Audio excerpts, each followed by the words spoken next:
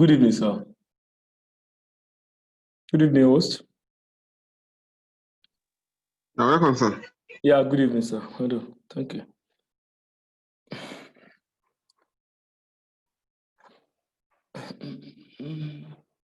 Okay.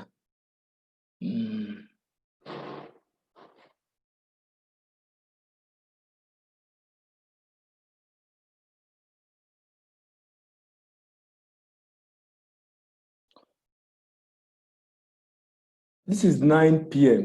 Please, can we, good evening, welcome to the class. My name is Taiwo once again. We don't have time. We have to manage the time that we have so that we can maximize the class, the time. I get to have I pray by God's grace that success will be ours by God's grace, I pray so. Welcome to the class. I have like five members of the class now. So the next 1 minute, I will start the class so that we can maximize this time. Welcome again. I hope you are keeping safe. That's one. Two, I hope you are really preparing for the exam. I learned they have changed the pre-scene case study pre-scene. I know my able host, my Oga Pata. I know they are very much on top of the game. By God's grace, I pray success will be ours. So please just read, do your best, pray, and we pray that by God's grace, success will be ours. And so we pray, we pray for your success. Pray for your success. So not to waste time, this is 1 minute after 9. So let's continue from where we stopped the last time. The last time we stopped at Ramsgate Limited, we tried to look at the pioneer legislations and we try as much as possible to look at the tax implication of pioneer legislation. Please, I'm actually hoping that the pioneer will come out this time. We don't know what's going to come out, but we pray that the one that is going to come out should be the one that will be to your advantage. Now let's look at it. I've explained pioneer legislations to be what will be the law that guides the incentives given to companies that are coming in to produce products that are not commercially available. I get what I'm saying, and that are not available in commercial quantities. If government wants to attract those in that industry or stimulate the industry, they tend to give an incentive to those industry, so to that industry, so that people can come in and take advantage. And that legislation that back up that is what is pioneer legislations. And I explained that if you get into the exam and you're able to see pioneer legislation, try to dissect it into what? Into pre-pioneer period, and post-pioneer period. Because the question they will give you will either be a pre and pioneer period or pioneer and post-pioneer period. So I've been able to explain the tax implications of when you have pre-pioneer period and pioneer period. It simply means that if we have a pre-pioneer and the pioneer period given in the question, it means that you are going to be considering a case of cessation of business, because it will be assumed that the business that are pre to pioneer will be ceasing technically will cease before you get into pioneer period. But if you are talking about pioneer and post-pioneer period, you'll be talking about a situation of commencement, because immediately after the pioneer period, a new business will be technically seen to be what to be commencing. I hope you get what I'm saying now. So you should be able to understand the rationale behind that commencement and cessation situations under the pioneer. And I explained that during the pioneer period is mostly what you commence by what is it always commence what from production day. And I said production day is the day that will be agreed with with the government of what to determine. I mean, as a day to start what the pioneer period. And that is when you start counting the pioneer period. That's incentive period. And that incentive period will go for about 3 years. And if you want to extend it, you extend for the maximum of 2 years. To make it 5 years maximum. During this 5 years period, there won't be any company income tax paid on the profit made by the organization. That's one. Two, any dividend declared by that company during that period will not be taxable in the hands of the recipient. That's two. Any capital, any asset, or any qualifying capital expenditure incurred during this pioneer period will not be subject to capital allowance. That's 3. At the expiration of this pioneer period, a new business will be seen to be commencing. That's 4, and so on and so forth. All these rules, we put them to bear when you are talking about pioneer legislation.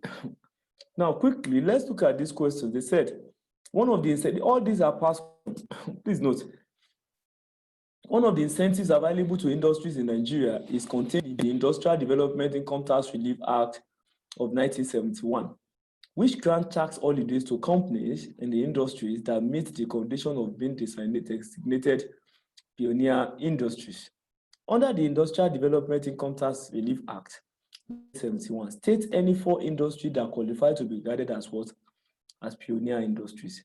You know, they want you to state 4 industries that will be regarded as pioneer industries. So that's actually happens to be the first part of the question. The second part, we'll look at the solutions and look at some of the industries. Just look at some of them and pick about 4 or 5, so that if they repeat it, you should be able to write something for them. Number 2, Ajanoku Nigeria Limited was incorporated as a pioneer company. Please note it. I need to be a bit slow here so that you can get what we're saying here. We say Ajanoku Nigeria Limited was incorporated as a pioneer company on March 15, 2011. They incorporated it as a pioneer company on this particular day. Now, when you say you incorporated something and you got the pioneer status, what does that mean? It means that at the commencement of the business, they granted you pioneer status. That's what it means. That means that the consideration here will be pioneer period and possibly post-pioneer period. I hope you get what I'm saying. It will not be pre-pioneer period because we don't have any company running before this pioneer status, before they get their pioneer status. As they are incorporating, they are getting the pioneer status. Therefore, you'll be talking about pioneer period and post-pioneer period. Look at it. With the focus on the manufacture of aluminum roofing sheet, it was granted a pioneer certificate with production date given as well, July 1, 2011. You can see what I said the other time. If they incorporated a company on March of 2011, why they granted them with pioneer status or what? On July 1, 2011. That simply means that what? You should be considering a pioneer, as they are incorporating, as the business is commencing, they are getting that pioneer status. So the marks we can get is pioneer period and post-pioneer period. There can never be pre-pioneer period. The initial question I solved for you the other time, I consider pre-pioneer period and pioneer period. That was the Ramsgate I talked about the other time. That was the first question there. I deliberately picked this other question so that you can now see a pioneer period and post-pioneer period. Now, this one is pioneer period and post-pioneer period possibly. Now say with focus on the manufacture of aluminum roofing sheet, it was granted a pioneer certificate with production date given at 12. July 1, I'm talking about July 1, 2011. You can see they granted pioneer on July 1, 2011. And the company was incorporated. You can see now on 2011 also. That's that. Now, that simply means that production day will be the commencement of the incentive period. I hope you are getting me. So the 3 years pioneer period will commence from this July 1, 2011. I hope you are getting me now. Extract of audited financial statement as below. They now give you extract of audited financial statement. Look at the audited financial statement. They give you 6 months to 31/12/2011. What does that mean? It means that when they say 6 months to 31/12/2011, so that obviously will be from July 1, 2011 to 31/12/2011. So how many months is that? That would be 6 months.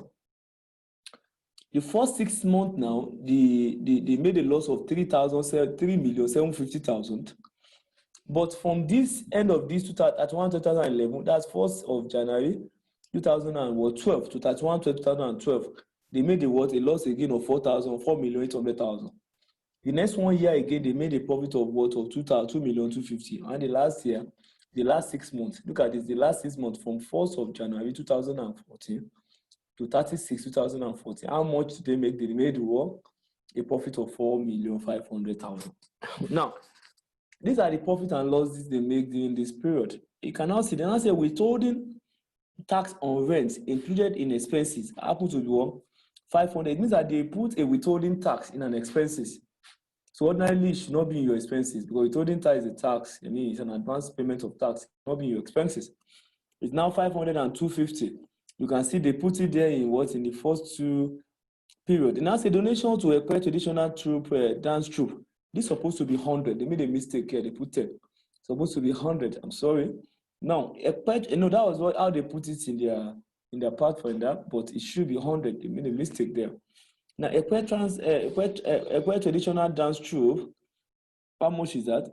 Now, that was 100 for the first period, 100. So with this now say again, Nigerian Red Cross, how much they donated to the 100 also. You now say Borno State Group General Hospitals is 120 naira. All these transactions have been adjusted for before they arrive at this loss of profit for the period, because this is a net, this is a loss of profit for the period. I hope I get what I'm saying. So all these have been removed before they made all these profits. So it means that you need to adjust. Now look at it. Ajanaku Nigeria Limited declared gross dividend of how much? 600,000 1.5 million for 2013 and 2014 years of assessment, years respectively. Now, if you want to look at it, if a company commences a pioneer period from July 1, 2011, if you want to look at the first 3 years of that incentives, when will they end? If you start from July 1, the next 1 year will be what? 30th June 2012. That's for 1 year. 30th of June 2013, that's second year. By 30th of June 2014, which is this year, that will be 3 years. It means that within that 3 years up to this 36 2014, we are still in pioneer period. Because pioneer period will give initial 3 years of incentive. I hope you get what I'm saying now. So based on this analysis now, it still captures only the pioneer period, because the pioneer period commences from July 1, 2011, and it will be ending the 3 years incentive period. I mean, the pioneer period will end in 36 2014. So anything they give you here now, they are still within pioneer period. Now, they now say they now declare in 2013 and 14, they declare a dividend. And you know, if you declare a dividend within the pioneer period, it will not be taxed in the hands of the recipient. That is obvious. Now, they now say withholding tax rate on dividends for the relevant years will be 10%. Ignore minimum tax provision. The company initial tax relief period was not extended. Now, what's the implication of that? They said the company's initial tax relief period was not extended. I hope you understand the meaning of that. That is telling us that the company is not going to extend that first initial 3 years, because sometimes the company can extend it by writing for another 2 years. That's it. But in these assumptions now, it means that you are not going to exceed the first 3 years. Now, if you look at it very well, now you can see, you are required to calculate the tax liability, compute the tax liability for the relevant years of assessment relating to pioneer status only, and state the amount of withholding tax due from the shareholders. Now, they are just trying to put your legs in this question. Because if the examiner is telling me this is a pioneer period, and whatever the profit they made during the pioneer period will not be taxable in the hands of that company, and even the dividend declared will not even be subjected to withholding tax or whatever. I hope I get what I'm saying now. And they are now mandating you to go ahead to do the computation. Go ahead and do the computations for them. But at the end of the day, you will tell the examiner that because this period is a pioneer period, anything I compute here, anything that is computed will not be subject to company income tax, because it's a pioneer period. And it's under the tax regulations, under the law, that any amount made in the pioneer period will not be subject to company income tax. That's what you tell them. In fact, another fella can say, okay, Because all this period are pioneer period, we just write there that this there will not be any wars, there will not be any tax payment, so there is no need of computing the tax payment. But you should not go by that, because the examiner instructed you here that you should compute it. So if you don't go ahead and computing it, then it will be a concern. I get me. But if, assuming they did not put compute there and say you should advise, it will be good as if you just say that this is a pioneer period and any profit made should not be subject to tax, and you will get the full answer, the full mark. That's why. But this is what they say: you should compute the tax liability for the relevant years of assessment relating to the pioneer status only, and state the amount of withholding tax due from the what, from the shareholder. Now, the first thing, the industry that qualify for the grant of the pioneer status, all these industries are industry granted. But note, they normally remove and add. Please, you need to update yourself on those ones. But basically, vehicle manufacturing, like some motors, to grant him their local manufacturer of motor or vehicle in the eastern part of the country. They will grant him a pioneer status because what the industries that are producing those vehicles are horse, automobile industries are granted the incentives. Integrated dairy products, manufacture of iron and steel from the ore, manufacture of lime and local limestone, quarrying and processing of marbles, manufacture of fertilizer, and so on and so forth. Please, you should pick like 4 or 5 out of it, and you tell the examiner. Now look at it. Now, Ajanoku Limited, computation of adjusted profit or losses. Now, the information you are given first, what do you do with the information? You first need to adjust the profit. Now, in the course of adjusting the profit, you are given the loss and profit here. These are giving the loss for the first 6 months, 1 year, 1 year, 1 year. Now, what are 1 year, 1 year, and 6 months? The first 6 months is this, and the last 6 months is this. Why do you make the 2 years in the middle a full year, making 3 years in total? And that 3 years is a pioneer period. I hope you understand that. I'm sorry. Now, they give us this loss and profit. These are losses and profit they made in each of this year. What do? Add back depreciation. If they give us depreciation, I guess, they did not put it there, that would be a mistake. That would be an omission. Omissions, withholding tax, and so on and so forth. That would be omissions there. If there is no depreciation there, then it was an omissions there. Yeah, that was an omission, so there was a depreciation somewhere there. I'm sorry. You know that whenever there is depreciation, it should be added back to the profit. I hope you know. So please notice, maybe there was an omission somewhere there. I'm sorry for that, please. They did not include the depreciation, but there was depreciation there. Now that depreciation will be added back because it's a what? Is a disallowable expense. That's that. And also withholding tax on rent. All this withholding tax is not an expense. You have to add it back. Also, donation to what? To traditional dance troupe. If you are donating to the traditional dance troupe, that's not a what? Approved body you can donate to. They have a schedule, a fee schedule, a schedule in which they put all the approved body in which you can donate to, in which you be liable. But the traditional dance troupe is not inclusive. I get me. Another one, in the question they gave us Red Cross, they are liable. If you donate to them, they will allow it to fly. Another one is a general hospital, fine, it will be liable. So the one that will not be liable is what is this? And I told you they made a mistake in the question. They put 10 there. It should be what? It should be 100. Therefore, now all these are liable. Just add it back so that you can get the adjusted profit. If you add it back, you can see these are the adjusted profit. If I add 2,800, 500, and 100 back to this loss, this is a loss. So if I say I'm adding back, I'm not adding back in absolute terms. A loss, you are removing these losses from this income from this item, so that the balance now will now be what you put here. This is 250. For this one is 2,050. There are loss 350 losses 2,050. This is profit of 2,000, 3,950, and 5,500. I get me. So what you just need here is the idea of what they are doing. I get me now. Any plus or minus in the figures, please. What you need there is what is to pick what you need, the idea of how to do it. I hope you get what I'm saying now. So I don't want you to contest these figures with me. I mean that maybe there was a mistake where I told you we had a mistake here. It's supposed to be 100, not 10.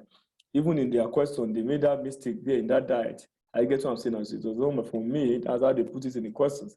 But it's supposed to be 100 based on their submissions in the solutions. Now, if you add all these disallowable items, what you get is adjusted profit. But don't forget that this adjusted profit, this is the first 6 months, 1 year, and 6 months. Let's align it to follow 1 year for what? For that pioneer status. You know, the pioneer status will be you count it for 1 year, 2 years, 3 years. I get to give you the whole 3 years. So if you're counting it from this 6 months to 31/12/2011, that's 6 months. But if you want to be 1 year, it will end in 30 June of next year, 2012. Let's look at it. So if you look at it very well, you can see the first year, second year, and third year, because they said he did not seek for an extension of the pioneer period. So if you now see, this is 4 years, first year, second year, third year. Now the first year will now serve from the date of the pioneer, of the production deal. You know, they told us that the production deal happened to be 1/7/2011. If you count a whole year, it will end in what? 36/2012. That's the first year. The second year will now start from 1/7/2012, which is a day immediately after this. It now runs to 36/2013. While the last year, third year, it now be 1/7/13 to 36/2014. All these are each of the words. These are the what? These are the 3 years of that pioneer status. Now, we now want to look at the profit that corresponds to each of these years from that adjusted profit. You can now see profit and loss for the period. You know, this is for a whole year here now. You now come here. Look at it. You now come here. Look at it.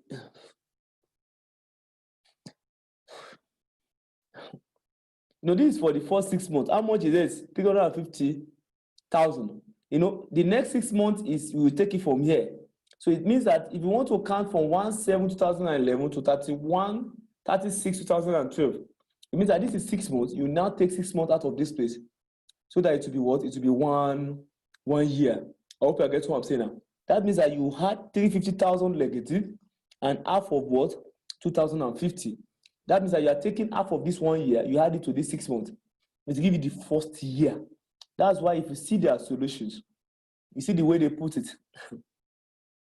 They say 350,000 naira loss plus half of that 1 year. That's what will fall between 1/7/2011 to 36/2012. If you find that, it will still be a loss of what?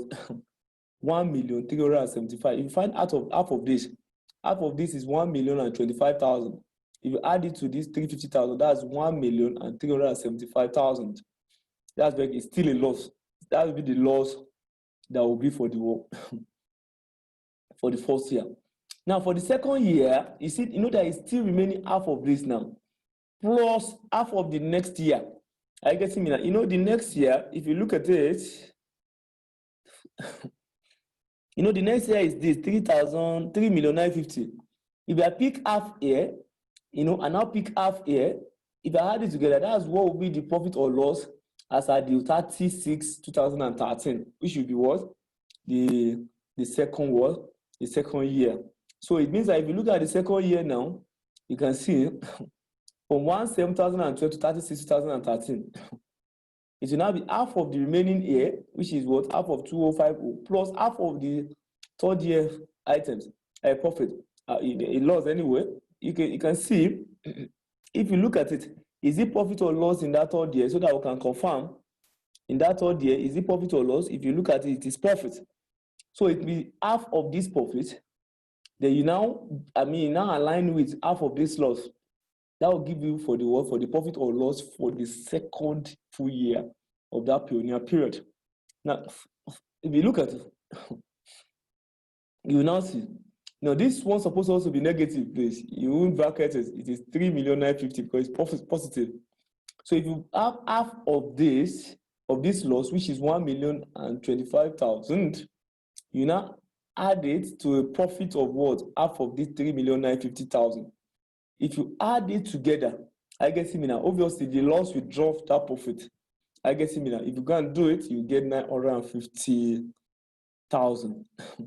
While in the third year, it will be the remaining half of this profit. It is not a loss, please. I hope you know. The remaining half of this profit plus the 6 month profit for that third year. If you look at it now, look at it. You know, the last 6 months, how much? Maybe I'm coming. So if you look at it, this is the last 6 months here. But this 3,950,000, let's look at it. 3,950,000. You now add it with what? With the addition of half of this 3,950,000. You are adding it with the 5,500,000, not the 454.5. I get what I'm saying now. You are adding it with what? With the additions of this last year 6 months. This last year 6 months supposed to be 45 plus 1,000, which is 55. This 5,500,000 plus half of this. Anything short of that, it should be a mistake from the person that typed it. I hope you get what I'm saying now. So please note it. Idea is needed, please. So if there is any concern there, we can adjust it. I'm using my calculator now, so that I can adjust whatever needed to be adjusted there. Now, if you look at it very well, how much is half of 3,950,000? That will be 3,950,000 divided by 2. That will give me 1,975,000. So it means that 1,975,000 now, 1,975,000 is what I'm adding to this 6 months of 55 plus 5,500. That's 7,475. So it means that whatever they put here, then it should be what? 7,475, not 6,475. I hope I get what I'm saying now. 7,475, not 6,475. I'm sorry for that. I guess what I'm saying now. But the essence of this is, what is the idea? The idea is just we are adjusting and we are prorating that profit to adjusted. I hope you are getting me now. So what we are doing now is to what? Is to just align the profit that we what? That we prepare, that we determine there. We just align it to what? To be aligned with what? With the years of what? Of that pioneer. Each year of the pioneer. That's what we are just doing. Adjust the profit. Then you divide the profits to align with one year. That's what I did in the exam. What you are doing is adding back the disallowable expense, whatever you get, now apportion it to each of the words, each of the year. I get me. Sorry for that. It will be 7,475. Yeah. Now look at it. Now where we are actually going is this. This is a loss, right? The first year. The second year we have a profit of it. The third year we have a profit of it. Now I say, what's tax payable? What do you say? And I say new. I hope you know the reason why I said new. You know, because this period is a pioneer period. You are not going to pay tax. You tell the examiner, though I have adjusted what you asked me to do, but the tax payable for this period will just be nil. There is not going to be tax payment. Look at it. Look at their submissions. Ajanaku Nigeria Limited will not pay any tax for the 2012, 2013, and 2014 years of assessment as a result of its pioneer status. Tax holiday covers the years in question. You know, the tax holiday will cover these years. I guess what I'm saying in question. That's why I told you, a very smart student, if the question did not require you to compose, a smart student will just say, this period is a pioneer period. Therefore, even if I've computed anything here, it should be what? There will not be any tax payable. We just say no computation, no tax payable. But because the requirement stated that you must compute, then you must do the computation.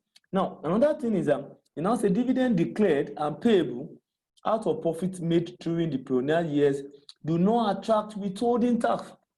Any dividend paid during that period is not attract withholding tax. Thus, the shareholders will not suffer withholding tax on the dividend declared. So you should know that one of the incentives or the way they incentivize all these companies that work that are having this pioneer privilege is that the shareholders of those companies, any dividend received from their investment in that company will not be subject to tax in the hand of the recipient. I mean, during this pioneer period. After the pioneer period, any dividend declared by them will obviously be subject to what? To taxations. I hope you get what I'm saying now. So sorry for the mix-up in this question. I get me, even at the source of this question, there was a mistake there. Even the pathfinder, even the real question, they said that there was this mistake, but what you need is the idea. I've explained the first example I gave you, a pre-pioneer and pioneer. Why this one is pioneer period, though they did not tell us to do post-pioneer. Assuming they are telling us that we should do post-pioneer, you would have what? You would have taken care of commencement at that post-pioneer period. I hope you are getting on. You will have what considered pioneer, because at the end of this 30/6/2014, what was the first day after it? It is 1/7/2014. You will now say a new business is now technically commencing. You now start running it as what? As if you are doing commencement of a new business. And that is that for this. Please note that one of the areas we're actually looking at is pioneer area. I get what I mean, this exam. Now, the examiner will probably not come from there. It's possible, I guess me. We are not saying that they are going to come from there. But in the last exam, I guess what I'm saying now, going by the details of the last exam, when they brought capital exam, when they brought double taxations, they brought PPT, and so on, they refused to bring a pioneer. I hope you're getting it. It means that, and pioneer happens to be a question that sometimes they put it as number one questions. I get it now. So it means that there is likelihood of them setting it. And if they don't set it, fine. But please try to what? Try to understudy it for the what? So that you can what? You can take advantage of the marks. I get what I'm saying. And also, as I said, please don't forget not only the computation. Please, this chart, you can read it alongside with your note. I get what I'm saying. This summarizes those key areas, but you can still read also to join whatever what we have put in this key area. So it's very important. Now, for the double taxations relief, my colleague will be taking this. I know he will have started this. He would have sent this to you. So whatever they tweeted there, you can align it with what we have here. I hope you get what I'm saying now with my colleague, please. You can align it with what I have here. Thank you so much for the double taxation. My colleague, Mr. Chima, will take the double taxation. But whatever they teach you there, you can align it with whatever we have here. So this is just a summary. I guess it means. So what will take mining taxation? Please don't forget that mining taxation is a newly added topic to the syllabus. Now, before now, what the examiner is used to, and what they are used to is petroleum profit tax. Now, if you now look at this structure of the exams now, you realize that, well, you now put up mining taxations now. What about if they now bring mining taxation instead of petroleum profit tax? How do you handle it? How do we handle mining taxation? Now, for the mining taxation, there is nothing so special about it. If you check your pack very well, it's all about normal company income tax. It's just all about but what's just so special about it is just that it is a taxation of a solid mineral environment. It's not all about crude oil, but maybe columbite, maybe tin. Those people that are in that sector, how do they tax them? I hope you get what I'm saying. That's what we are discussing on the mining taxation.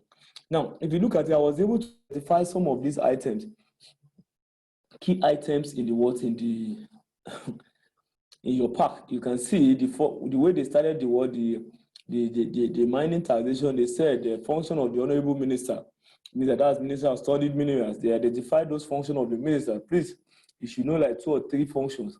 They said they ensure sustainable development of mineral resources. That's the one that ensures sustainable development of mineral resources, and also they monitor compliance with community development agreement by industries operators. It means that whatever the agreement between the operators of that solid mineral and the host community, those agreements to ensure fulfillment of those agreements is the function of the honorable minister. And also establish procedure for monitoring development in solid mineral sector. And the one that established procedure for monitoring how development has been in that environment. Also, after knowing the function of the honorable minister, we also talk about the mining cadastral office. Don't forget, this theoretical, they can ask it. you should endeavor to look at them. I get what I'm saying. Alongside with those competitions, don't be so dogmatic about the competition again. In fact, I'm even scared. This diet, if the examiner will not give you theoretical in the number one, 30, 40 marks, like that 40 mark can be 30 marks theoretical, and I'll ask you to start reading. This is important. For chapter 1 and 2 of your pack, majority of you will overlook it. It is important for you to look at it. Because if you look at the last exam, number 140 marks, some of those theoreticals, apart from the competition they give about 13, 14 marks theoretical, are from that number one shot, chapter 1 and 2. If I were you, the most important part of the pack, which I will have to look at, is the first topic and the last topic. Because before they start setting their question, they will consider the first and last topic first and see maybe it is better, it is easier for them to include it in the question. Please, those number one and last number in the what's in your pack, please pay attention to them. It's very important. Let's look at it. The next time, there's an office called a cadastral office. They call this mining cadastral office. Now, what is mining cadastral office? This is the office responsible for the administrations and of mineral titles and the maintenance of the cadastral register. It means that those people that are holding title to a particular deposit of solid mineral, the administration of those titles are done by by an office called cadastral office. Don't forget, this cadastral office, they are saying that the honorable minister must not control or necessarily unilaterally control this cadastral office. It should allow them to be independent. Look at it. They say, what are the functions of this office? The office considers application for what? For mineral title and what permit. If you want to get a mineral title now, you go to that office. I guess what I'm saying now. And also maintain a chronological record of all application of mineral title. You maintain records of all the mineral titles and also undertake also other activities that are relevant for their function. Please notice, they can ask you what are the functions of the cadastral office. Also, I told you that the honorable minister must not unnecessarily intervene into activities of the cadastral office. Rather, they can establish some directorate or divisions that can help in monitoring the activity of the cadastral office. Look at it. The relationship between the minister and the mining cadastral office. The minister must ensure the independence of the cadastral office. I hope you get what I'm saying now. But can monitor them through the establishment of Mines Inspectorate Division and Mines Environmental Compliance Division, the department. Don't forget, the honorable minister can put a tab on the activities of the cadastral office through the establishment of this kind of divisions. The examiner can now ask you that what are the functions of Mine Inspectorate Divisions and the Mines Environmental Compliance Divisions. So you should be able to tell them.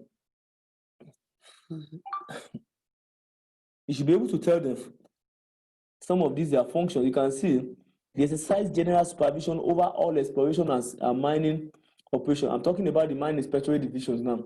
They are the one that oversee general supervision of all exploration and mining operations and also ensure compliance with all mineral health and safety regulations. All the mineral health and safety regulations are under the purview of these Mine Inspectorate Divisions. And also they take custody of what mineral resources required by any court to be forfeited to government. Assuming for government is forfeiting any title, it will be forfeited to the hand of this Mine Inspectorate Division. They are the one that will take custody of the forfeited title. But for the Mines Environmental Compliance Department, these are another department under the purview of their honorable minister, which they use in controlling the activity of the cadastral office. What are their functions? Review of plans required to be prepared by holders of mineral title with respect to their environmental obligation and enforce compliance by holders of mineral title with all environmental requirements. They're the one that ensure that all the title holder of those mineral deposits should comply with environmental requirements. What environment of that deposit requires of them. They are the one that ensure total compliance of those requirements. Now, they give us the function of minister and mineral title. These are the different type of title you can have. Mineral title, the title to different mineral. They can have a condenser permit, an exploration license, a small scale mining lease, a quarry lease, a water use permit. All these are what are permits under the mineral title you can have. And they now told us that allowable and disallowable expenses. Now, for the computation of the tax liability of this company, what do you have? Allowable and disallowable expenses. Look at all direct costs of mining and transportation. All direct costs of mining and transportation are all allowable expenses. I'm sorry, are all what? Allowable expenses. Please note that all allowable expenses, as we have it under the Company Income Tax Act, is also allowable. All allowable expenses, as we have it under the Personal Income Tax Act, is also allowable. So you do it like the way you do normal company income tax. So in the exam, if you open your question and you now see Taiwo Limited, Taiwo Mining Limited, just quickly remember that they are still talking about company income tax. I hope you get what I'm saying. And you should what? You should go ahead and do company income tax. Just pay attention to some of these items here. Look at it. Look at the rate of capital allowance. Now, one of those things, incentives to a mining environment, is that they give them accelerated capital allowance. What do I call it? Accelerated capital. It means that if they incur, because of the risky nature of that environment, you can say you are looking for a mineral deposit for the next 5 years, and you don't see it, and you are incurring costs. They understood that fact, and people don't want to go into that area. That's why government is incentivizing them. And one of the incentives they give them is what? Is that they give them accelerated capital allowance. Look at it. Look at this initial allowance for company, and if it's individual, if it's company, this initial allowance is an allowance. If the item is mining expenditure, it means that expenditure on mining equipment. For company, how much do they give them? They give them 95% initial allowance. It means that if the equipment is 100 billion, it means that 95 billion will be what they will charge as initial allowance in the first year. I hope you get what I'm saying now. Why they will retain, look at it, an allowance to be zero. They will not charge any allowance, they will just charge on the initial allowance. They will now retain the remaining 5% in the book up to the disposal of those qualifying capital expenditure. Don't you think that is a great thing to do for them?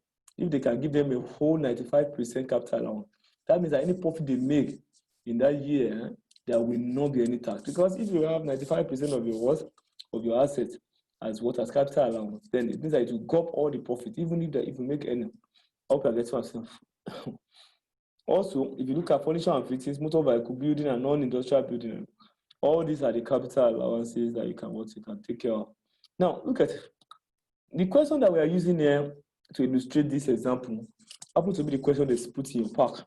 I hope I get what I'm saying now. As far as possible, if they are going to bring a question for you, I know they will template the question around the one they put in their pack for you.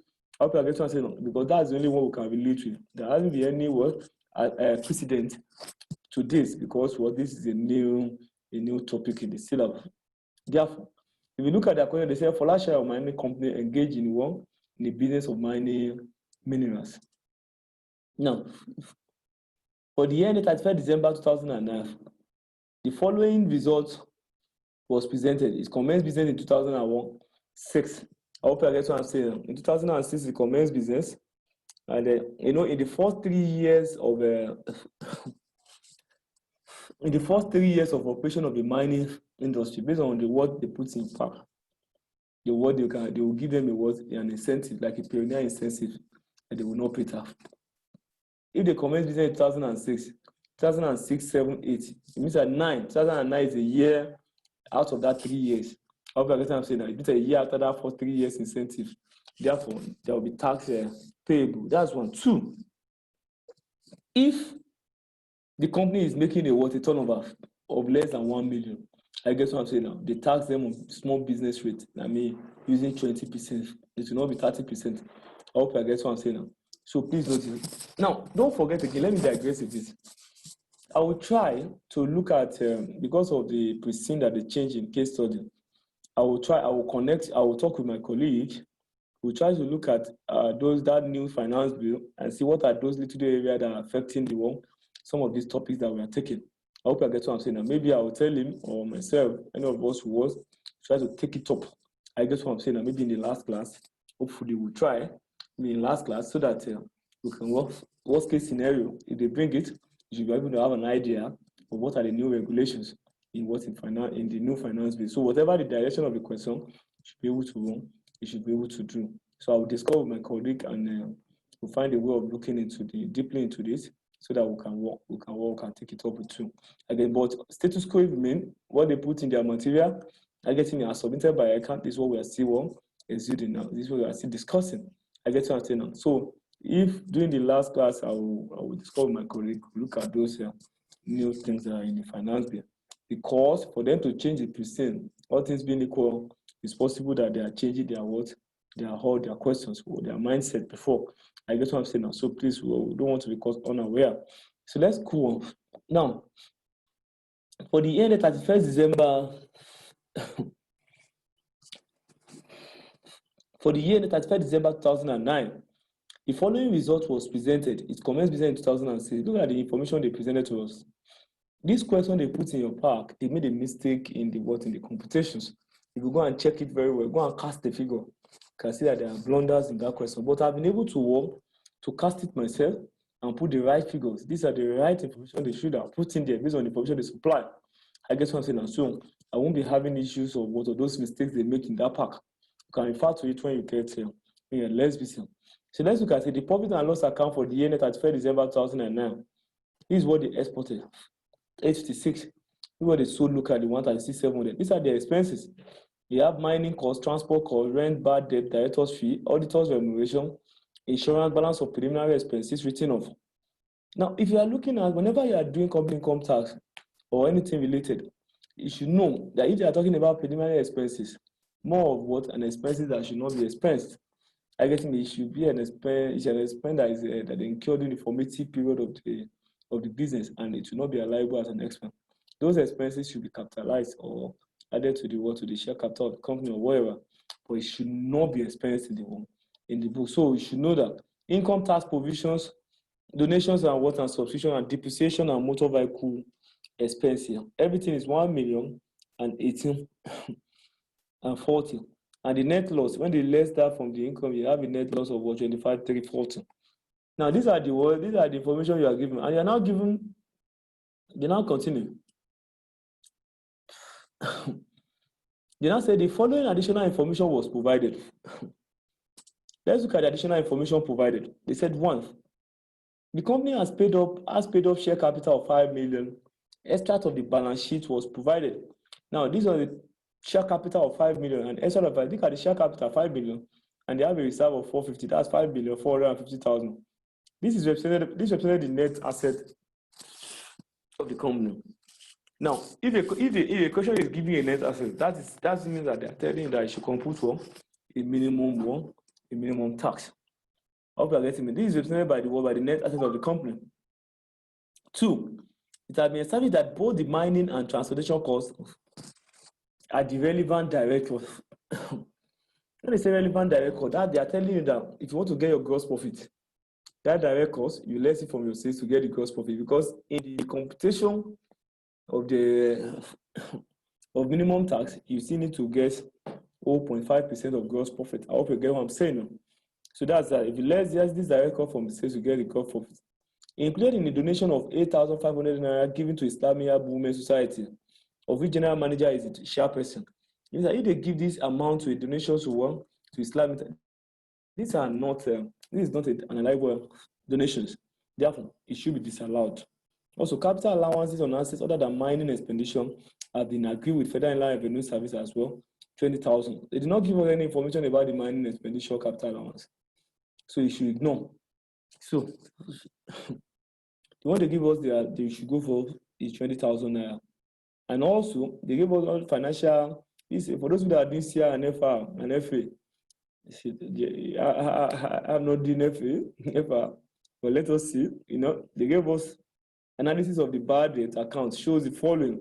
They gave us the general provision for doubtful debt carry forward, specific provision for doubtful debt carry forward, bad debt written off. All these are the items. You see, part of this item will not be alive. part of this item will be alive. But in the question, they have put the balance there of 83,560. That's what they put in their question. I'm using the American Park question, please. Look at it, 83,560. Where is it? I see. The bad debt, 83,560. They now broke down the bad debt, 83,560. Now look at that. They're now able to tell us the components of this 83,560. These are the components. So in this component, you know they've allowed 83,560. You now go and determine which one will be really allowed, based on your computation. If you determine how much should be really allowed, then you now remove it. That's the amount that you now remove from this 83,560. I hope you get what I'm saying now. The balance is what you now add back. You should add back to the profit. Let me explain again. Before they get the profits in that question, in that solution, in the question, in the profits you are given, they have removed 83,560, which is for what? The bad debt. But they now give us the composition of that 83,560. Now, this composition now, part of it are alive, part of it are non-alive. If I can identify the one that is alive, and I now remove it from this value, I hope I get something. The balance will be amount that is not alive. What do? I will add it back to the profit. I hope I get what I'm saying. And that will be this alive item. Now they now ask us. Look at the question they ask us. They are bringing this question. This is what they will bring. Now, compute the tax liability for the relevant year, and what is the tax position affecting this line of business? So what's tax liability? So we need to go and do this allowable item. These are the net loss. Anyway, they made the net loss of 25,340. But that was the net loss they made in the question. If you look at it, the net loss in the question is 25,340. It's 25,340, please. 25,340. Now, you now add this allowable expense. Can you see those allowable expenses? It said donations to Islamic Society. 8,005 is allowable. Bad debt provision. Let's look at the bad debt provision. I told you that you need to go and determine which one is what allowable out of those items of the bad debt. For those of you that are doing CR, you can follow us or try to put in your knowledge in this adjustment. I guess but in your park, they did their own analysis. But from our own 8 years knowledge of doing incomplete records, if I want to determine how much of those items are alive, then I will now say, it's only specific provisions that are alive. I hope you understand the difference between specific and general provision. What's the meaning of specific provision? But majority of you, what we just do is just to add it up and subtract and so on. But what's the meaning of what you are adding and subtracting? Now, when they say a specific provision, you are making a provisions for a debt is likely that you are not going to receive. And that provision now, you are now being specific of the percentage or of the amount, of the amount of that provision. When I say I'm providing for 100,000 in my profit to cater for losses or bad debt or losses that are likely not to receive, can you now see I actually made mention of the value? I did not say 10% of debt. I did not say 20% of debt. I was able to make it and say 10,000 naira. That's specific. The tax authority will allow that. I get to answer. So far, they have you are specific of the amount. I hope I get that specific provision. But general provision simply means when the company is not being what they are trying to be mischievous, they will just say, okay, 10% of whatever our debtors is what we are providing. That's the general provision. I hope I get it means that you are telling me that if your debtors now, if they are 100 billion, you say 10% of 100 billion. Is that what you want to put as an allowable expense? That's what the thinking of the tax authority. That's why they don't normally allow a general provision. If an organization is saying 10% or 15% of something, they will not allow it. So if you say 30,000 naira, 20,000 naira, you are specific. On that basis, they will take you up and they will allow it if they won't. I hope I get what I'm saying now. That simply means that it is only specific provision that that you are going to what? You are going to allow. So let us now pick those ones that we allow. So that if you pick it, we identify them, what you get, we now subtract it from what they have allowed already. Now, any provision will have a credit balance anyway. You know, the provision is having a credit balance unless the provision for discount received anyway. So, but provisions, every provision for income tax provision, all these bad debt provisions, all these are having a credit. Now, they give us a balance buffer from the specific. I'm talking about specific now. I'm not going to talk about general. No. They gave me a balance buffer of what? Specific of what? Of 18,000 naira. If you check it, the amount they buffer from last year, balance buffer was specific. Buffer was 18,000 naira. I hope you are getting me now. So what is the amount specific carry forward to the next year? 48,000. So you can now see. So far the one that they brought forward. So in this T table, now the balance they brought forward is this 18,000 naira. Why the one they will carry forward? It should be here 18,000. So if it is here 18,000, it will be carrying 18,000 is brought forward, but I think 48,000 is carry forward. Can you carry forward of specific provision? 48,000. So why is 48,000? It should be carried forward there on the credit side. Then you bring it down here to be carried down here. I guess what I'm saying. So it means that it will be brought forward in the next year to be 48,000. Then it will be carried forward there to be 48,000 there. So what it simply means is that, so it means that the provision will only have a credit balance. This is the credit balance. This one brought forward. This is the one that is what brought forward to carry forward to the next year. It will be 48,000. You bring it down here, it will be 48,000. So if you identify that in the question, the total of bad debt written off. Look at it. They said bad debt written off. You see, I will not touch general provision because it's not allowed. I want to pick only the one that will affect the one that will allow. I will not anything general. Look at general again. I will not touch it. Even the loan to customer written off. There is nothing like that because tax authority will not allow it. They say you are writing a loan off. You now put in your expenses. No. Because if you say you are doing that, you can write a loan of 100 million. You now say you want, no, they won't allow that. So I will not touch the general provision. I will not touch the loan. And I will not touch the general provision also. Now look at it. What will I touch? What I've identified the specific provision carry forward, 48,000. Now the bad debt written off. If you write off a bad debt, what happened? What happened? If you write off a bad debt, you credit your receivables because to reduce your receivable and you debit this bad debt account. I hope I get what I'm saying now. That is why for your bad debt, which is 70,000, look at it. Bad debt says that you credit your receivable and debit this bad debt account. That's bad debt written off. That's why you have 70,000 here. Now, if you look at it, we will not pick the loan, we will not pick the general. Specific provision buffer, we have talked about that. That's the buffer we have put it there. Bad debt recovered. If you recover bad debt, what happens? Money will come in, right? You debit your cash and you credit this account, bad debt account. I get what I'm saying now. With how much? With 59,000. That is why you say debit cash and credit this account, 59,000. Bad debt. Now, if you now find the difference between these two accounts, the difference now is now 41,000. If you add this together, I give you 118,000. Less 77 or so thousand. Addition of this is give you 41,000. This is the amount that you want that is allowed.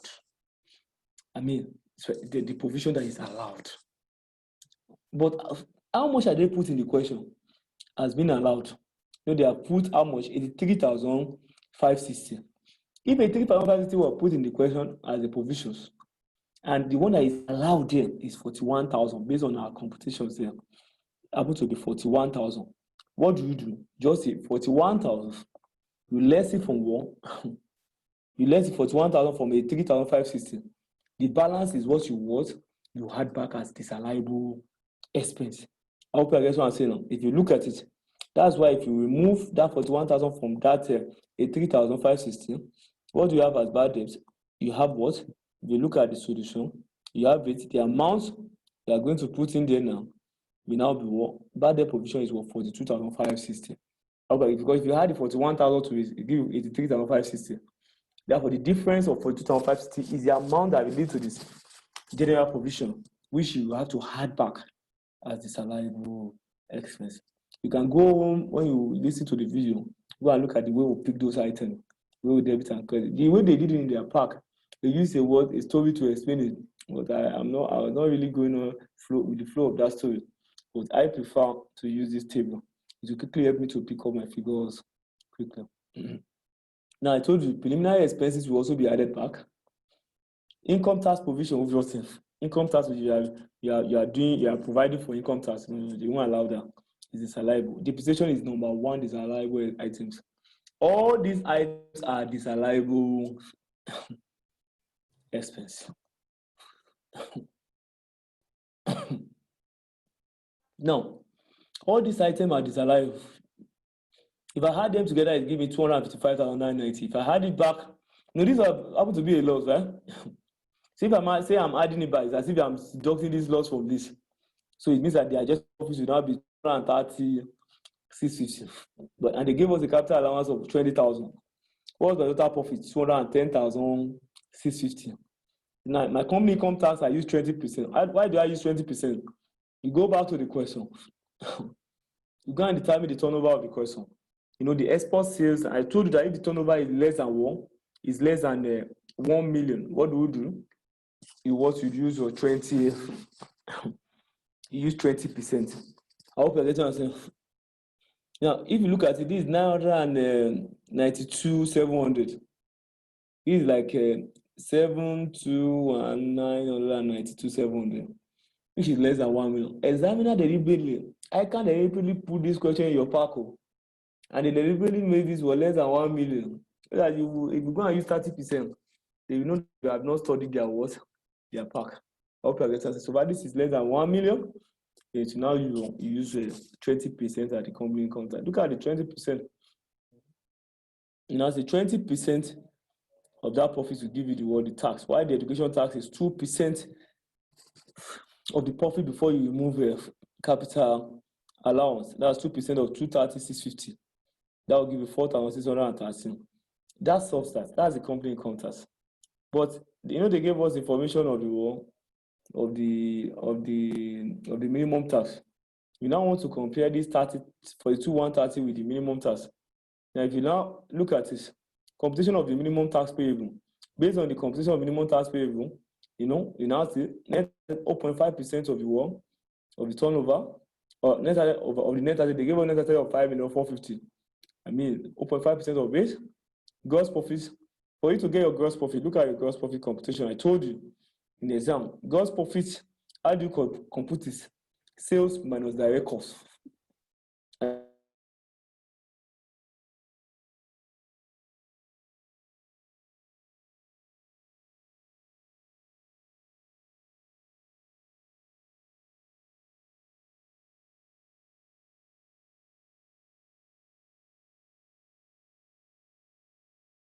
Exam, sales minus direct cost is your gross profit, and your direct cost in this instance is the one they highlighted in the question.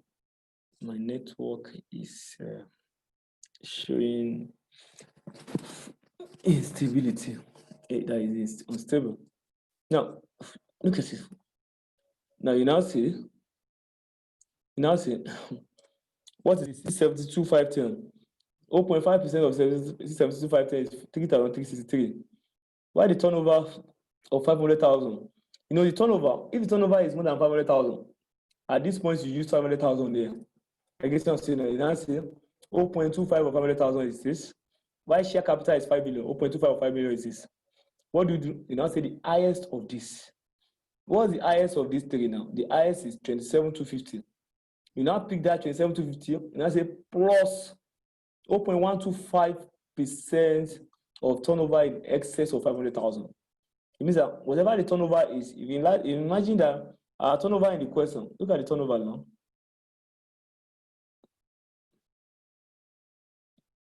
It's addition of this and this.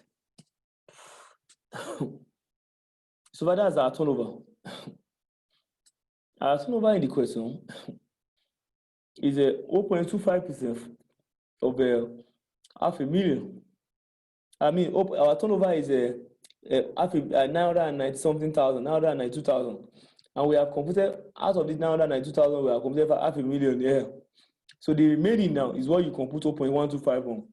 That's why you see 992,700, which is your turnover, minus 500,000. You now multiply it by what? The difference by 1.125%. Whatever you get is 616. You now add 616 with the highest of these four. The highest happens to be 27,250. 27,250, you add it to 616.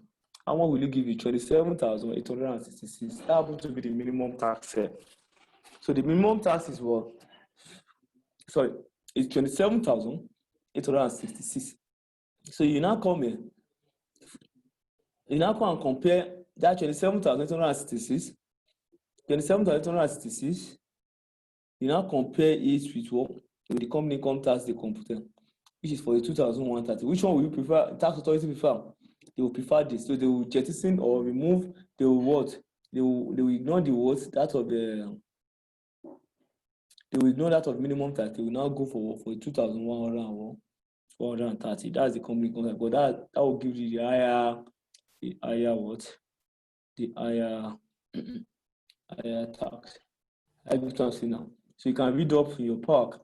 I've been able to unravel what they put in there from the theoretical to these computations. All of that theory, please, you can quickly just read up so that you can watch. If you have any question, you can direct it via WhatsApp. I guess what I'm saying now. So the tax implication they have there is that the first 3 years of the mining operations will not be taxable. I guess they will give them like a pioneer status. Okay, so please notice and go and check all that tax implications. So I appreciate you guys for listening. I guess I don't know whether you have any questions before we go to PPT, petroleum profit tax. For this one, there is nothing so serious about it. Your own is that after finishing this, maybe this night, just go and look at what they put in their pack. I've been able to go through it for you too. You will receive this lecture notes or lecture video. What you just need to do, you just sit down and just look at it, just take your calculator, just compute. This one should not give you a headache. I guess what I'm saying now. That mining, no, it should not give you an headache. Just pick your calculator, just cast the figures there, just look at it, what you have done, just look at it and simmer that in your head so that if they eventually bring it, you should have something substantial to write in the exam. I hope you get what I'm saying now. It's very important for you to do that. So for mining is more or less like what? It's more or less like a normal company income tax. You do the normal allowable, normal disallowable. I guess if the turnover is less than 1 million, you use 20%. I guess what I'm saying now. And also, if you want to get gross profit is what sales minus the direct cost. And the directors, they will tell you in the question. I hope you get what I'm saying now. Under the mining, they give them accelerated capital allowance of 95% on their mining expenditure. I guess under the mining, they can ask you what is cadastral office. I don't that manages the title for the mineral deposit.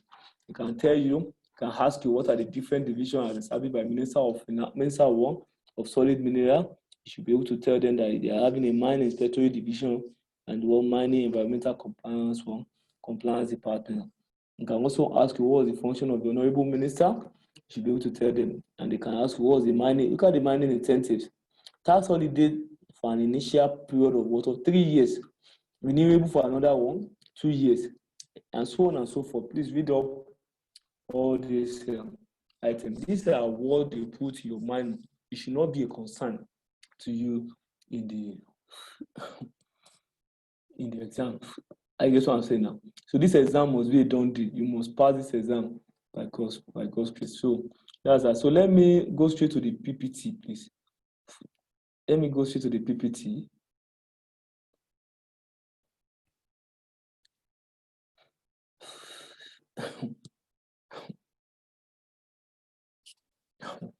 Now, when we say petroleum profit tax, this happens to be the cheapest of the topics in the. In fact, I'm telling you, the cheapest of all the topics in the world in your pack. happen to be the word, the PPT. I guess it is happen to be the easiest. But most times, the student always say PPT, PPT, PPT. Say, oh, I even still find pioneer legislation even more challenging than PPT. I will see sometimes you find capital gain tax. Sometimes they make it clumsy. Sometimes you find it challenging than PPT. PPT is straightforward.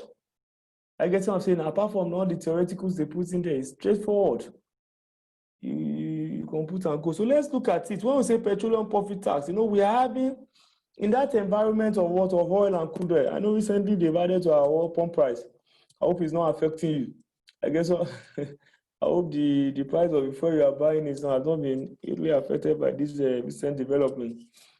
Pray God will help us do this country, but we have to do our own part also. Now let's look at the petroleum profit tax. Now, for the petroleum profit tax, it's talking about how do we tax in what? How do we tax a company in what in the petroleum environment? I hope you're getting me now. Please, I need to let you know that there are a lot of adjustments here. But those adjustments are very easy. I get me. So let us look at it. Look at the chart. Now, the income for this, they use the actual year basis to tax them. Are you getting what I'm saying now? So it means that whatever happened this year is what they tax this year. I hope I get what I'm saying now. So under the petroleum environment, but under the petroleum environment, we have two sectors. That's the downstream and the upstream. Now, the downstream are those ones that are into refinery, when they are those ones that are refining the oil, while the upstream are those ones that are into explorations.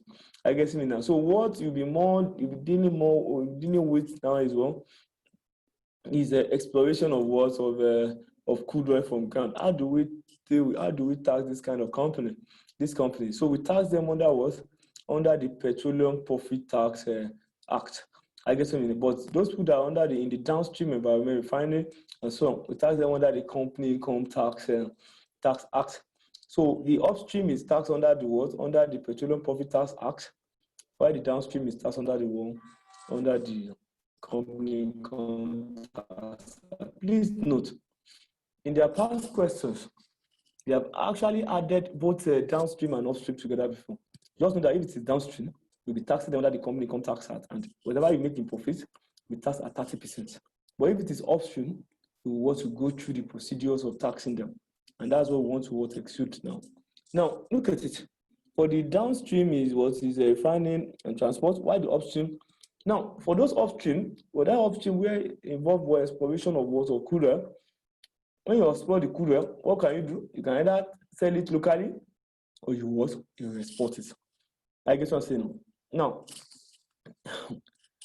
you can sell those crude oil, locally or export. When you say locally, it means that the examiner will tell you that part of the crude oil that they are selling, the number they measure it in barrel anyway. They now say they sell part of it to the local market. That local market, they will give you the direct price of selling it. Up and time what I'm saying now. They will give you what? The direct price of selling it, and they will express it in naira or the local currency. Up and what I'm saying now. That is for local. But when it is export, the local is what? They will use local. Let me give for instance. When they say the word 80,000 barrels, they sold it locally at 30 naira per barrel. That will be 80,000 times 30 naira per barrel. That will give a total fiscal value of the oil sold locally. But the same statement will not be for the export, because if you say the amount of oil you exported, you are already looking at what? The oil you are taking out of the shores of Nigeria, and you don't just determine the price you're going to sell it to the outside world. They are regulated prices, and that prices are actually having connection of Americans, because you normally use American Price Institute. I mean, as an petroleum institute, as one of the yardstick of determining what is the rate of selling the oil to the outside world. Please note that if the examiner now tells you that 100,000 barrels of oil are exported, you know that you will not use the local rate to what? To multiply that to get the value of the physical value of the oil exported. No. What you will use is what? You use what we call a posted price. Now, when we say a posted price is a what? Is a regulated price. I guess what I'm saying now, that are generally acceptable worldwide to be the price you sell your oil outside your shores. And that price will be a function of the what? Of the quantum of what? Of the the quality of the oil. I hope I guess what I'm saying now. Our quality of the oil, will determine how much should be the price we are selling out of a trust. I guess what I'm saying, there are some oil that will be more qualitative in what they will tell us, and if you know, depending on how quality it is, I guess what I'm saying now, that will determine how what should be the price, and that price you're going to eventually get is what we call the posted price. So in the exam, what the examiner will tell you, if you look at your park, at the back of your park, and even your past questions, they will tell you that local sales, the 100,000 barrel sold, exported. They will not tell you at this value. Please don't forget that you have to ignore that value. You know, that value, you have to ignore it, provided the examiner gives you information relating to the posted price. If they give you the information relating to the, how would they give you the information relating to the posted price? They will tell you what is the standard gravity of that oil. I guess what I'm saying now. They measure it in gravity. I guess what I'm saying, that the quality of the oil will be what will be measured using the gravity. Now they will tell you the standard gravity of the oil is this, and the price of this standard gravity is this. Let me give an example. Let's say in the exam, the examiner stated that well, assuming they put there that they say standard gravity of the oil is maybe 35 degrees. They put it in degree. They will now say the dollar price of that standard price, the dollar price is what? Is maybe $80. It means that they are giving you the standard price of that oil and the gravity. They measure the quality of the oil using the gravity. Now, if after they are giving you that, they will not tell you in the question, and I say, for every 1 degree change in that gravity, it will attract $2. For every 1 degree change in the gravity, it will attract $2. So what does that mean? It simply means that if, assuming the oil you want to what they give you in the exam happen to be a Focados. Let's say the name of the oil is Focados. And this Focados now, the gravity of Focados is what? Is 37 degrees. Don't forget that the standard gravity happens to be 35 degrees. Is it not? The standard gravity happens to be 35 degrees. But the oil in question, which is Focados, the gravity is 37 degrees. You now agree with me that this oil now is now having 37 degrees, and that 37 degrees now is more than 35 degrees by how many degrees? That's 2 degrees. 37 minus 35 is what? Is 2 degrees. And I told you that for every degree changes, what will it be? It will be $2. That will be 2 degrees times $2. How much is that? That's $4. That simply means that if the standard gravity of 35 degrees is having $80 as standard price, then so far the one we are dealing with 37 degrees now means that that $4 extra now will now be added to the $80. That will give you $84. That will be the price you have to use now. I guess it now for that Focados. That $84 is now what we call your posted price. If any other price was given in that question apart from this posted price, you have to know. Hope you get what I'm saying. So it means that in the exam, the examiner will want you to work to compute the posted price. Well, just need to go and look at it. They will give you the standard. Look at it. They will give you the standard. They will give you the standard gravity.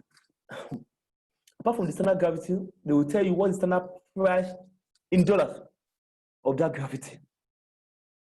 Now, they will now tell you for the oil in question, they will give you the gravity of the oil.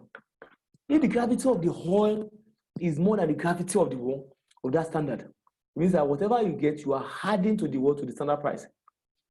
But if the gravity of the oil in question is less than the gravity of the oil under the what, under that standard, what do? Whatever you get now, you have to less it on the what, from the standard price. I hope I can understand now. So that's the way they adjust for the posted price. Now, if I now get the posted price in this instance now is $85, I will now say the number of barrels, if it's 10,000 barrels, times $84 per barrel, assuming it is the 360 naira per dollar, I will now say times 360 naira per dollar. That will now give me the fiscal value of the what? Of the oil exported. I hope you understand what I'm saying. So the oil we are taking out of the shores of the country will be sold at posted price, and that posted price is a function of the quality of the oil. I hope I get one thing. That's that. So if I know the local, I know the local sales, I know the export sales. I can have say now. Then I'm already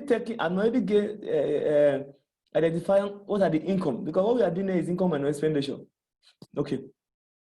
Now after doing that, I will now go into gas. Sometimes they will tell you that there is gas. I hope I get what I'm saying now. So in the course of exploration, there also will be gas production, and that gas also there will be an adjustment. I will not want to waste time. When I get to the competition, I will tell you, but the adjustment here will be based on what? Whenever you sell gas, gas is a effervescence in nature. It escapes. Therefore, whatever you sell is not what the person will take to the destinations going. Therefore, whatever we are selling now, there will be a discount on what we are selling.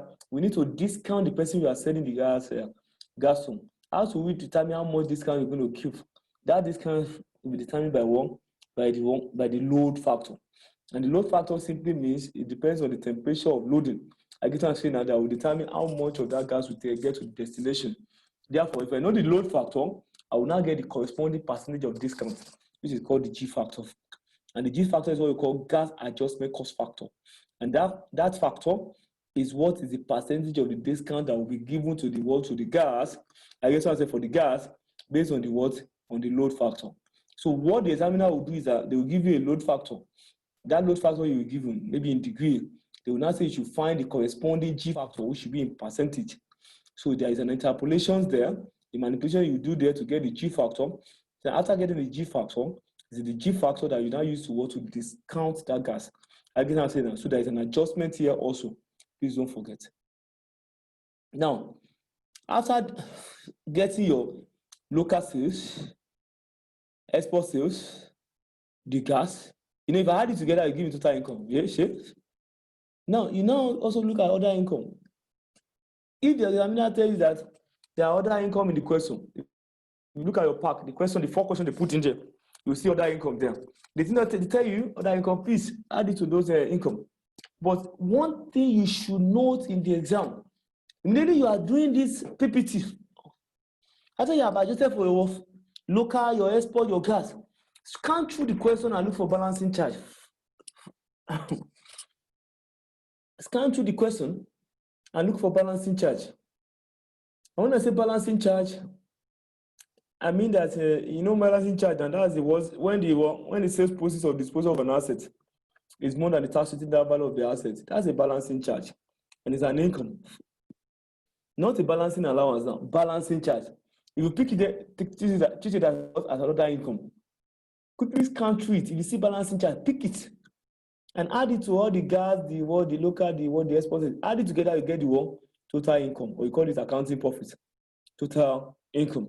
So I've been able to explain the total income to you but don't include refining, because this one is going to be taxed separately under company income tax. So what you are including is one as your income, is what you get on the upstream oil, both for local and the export. After you have adjusted for the API, what you get on gas after adjusted for the load factor and G factor, and what you now get for what you now get other income. Example of this is what balancing charge. That will be your total income. After that, you now less expenses. Please note, for you to know your expenses, you have to be very used to what? To their question. You have to be used to the question they've been asking all this while. I mean, look at your park. There are 4 questions here.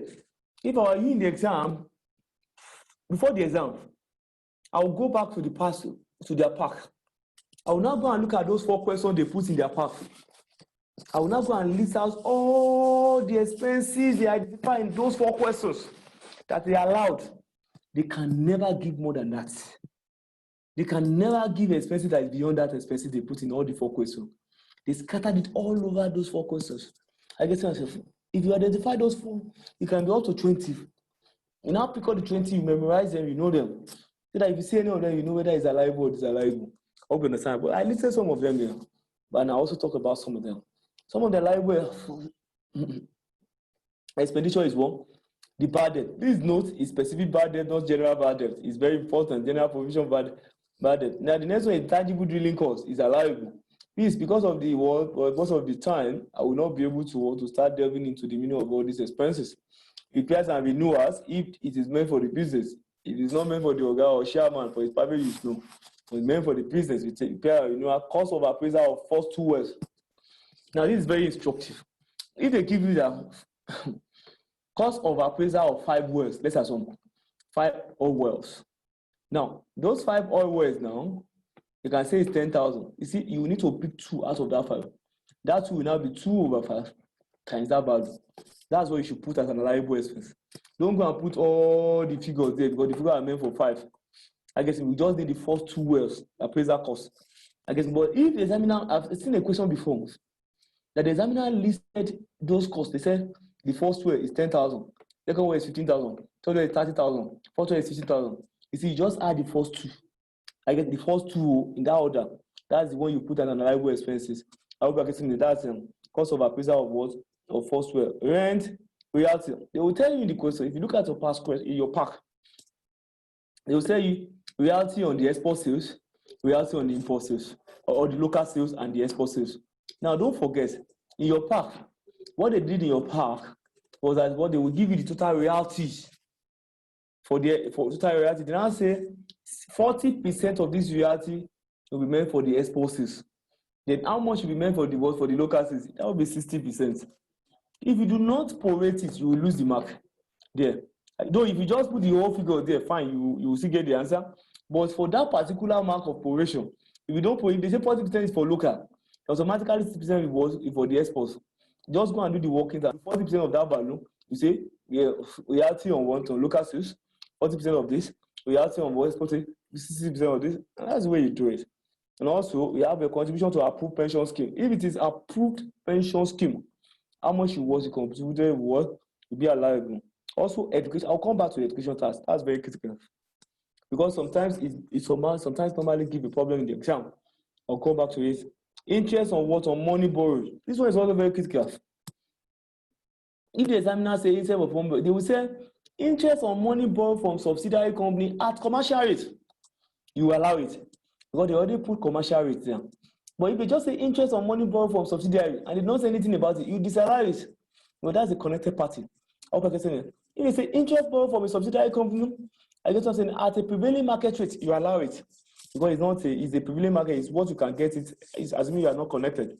So you should be very careful when they put interest on money borrowed, but they will make a statement of whether the money borrowed from subsidiary at a commercial rate or prevailing market rate or it is not. So please note it. If it is not, you will not allow it. It is yes, it is what you will allow it. Okay, so another thing they will group there, they can put arbor dues. I guess is allowable. I guess that's arbor dues is allowable. Terminal loss, terminal expenses. I guess I'm saying now is allowable. They can also put there are a lot of things they will put in there. I guess me. So what I will do, what I ask you to do, go to your park, all the expenses, list them out so that you can know. Don't go and dissolve yourself. Just list all the expenses in those 4 questions. It won't go more than enough. Now, but for the education tax, in the normal company income tax, education tax is not an expense. But under this arrangement, education tax is what? Is an expense. Okay, guess what I'm saying now? Education tax is what? Is an expense. So, a liable expense for that matter. How do you get education tax? The way you get it is this. Listen up. If you want to compute the education tax to put in an expense, you now say the income minus, the income at the income you identify here, all these local, export, gas, balancing charge, these are the income. Add the income together. Minus all other expenses, apart from that education tax, all the expenses that I listed there, bad debt, you want to list all the expenses. That's a minus all expenses. You now say again, if any balance, any loss brought forward, you need to look at the question. Is there any loss brought forward? If there is yes, it is yes. You now say minus loss again, loss brought forward. Don't forget, in their pack, they made a mistake. They said they did not. One of the questions they said they did not use the loss brought forward. The other one they used loss brought forward. But knows that the loss brought forward must be taken care of. I guess what I'm saying now, if you want to get education tax, if they put the loss brought forward there, what do I say you should do? Your income,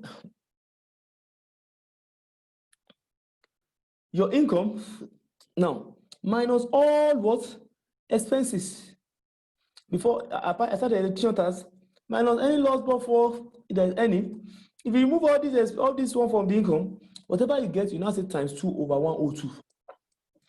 I guess only 2 over. You don't say times 2%, don't say times 2%, because the expenses must be inclusive of that. Education tax should be inclusive of the expenses. Therefore, that's why we say 2 over 102. 2 over 102 times income minus all other expenses minus the loss brought forward. All this is what you compute. Whatever you get is your what is your education tax. You now put in the expense. You now add it together. All the expense together, you now less it from the what? From this income. I get what I'm saying now. So if you less it from all this income, for this income, what you get?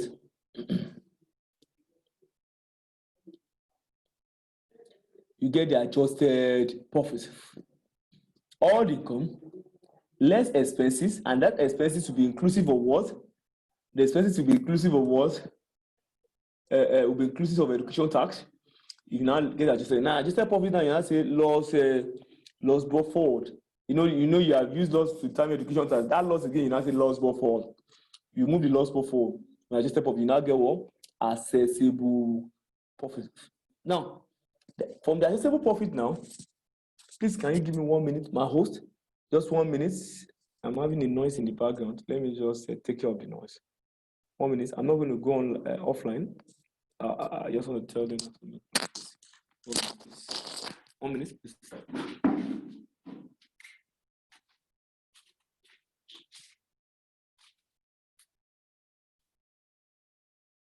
Hello. Hello.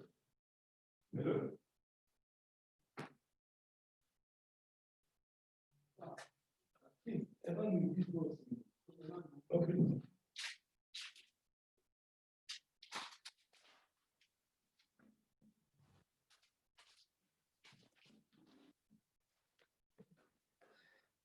Sorry. So sorry. No. So now, okay. Okay. Let's look at this now. We now say let's loss brought forward from adjusted profit to get to accessible profit. Now, from accessible profit now, you now less capital allowance. Now, you need to be a bit patient with capital allowance. The capital allowance you are going to remove now. That capital allowance now, for personal profit tax, there is no initial allowance. What they compute is annual allowance. All the assets, the annual allowance, the allowance you are computing on them is 20%. If they say, let's say for instance, they say the asset is having what? The company is having pipeline, pipes, is having building, is having motor vehicle, etc. You see, each of these items, they will be entitled to 20% annual allowance. That's capital allowance I'm going to compute. Means that if it's 20%, how many years is it supposed to give? That's 5 years. It was 20. The last year or 5th year will be 19%. Don't forget. That will be 20. So it means that if the year they are preparing the exam, the question, that year in question in which you are preparing your account now, Hope you're getting me now. That year that you are preparing, assuming it's 2018, it simply means that if they now put in the question that these assets of the pipes, so they bought it in 2010. You understand? And you're preparing for 2018 this year in this question. 2010, if you count 5 years, 2010, 11, 12, 13, 14.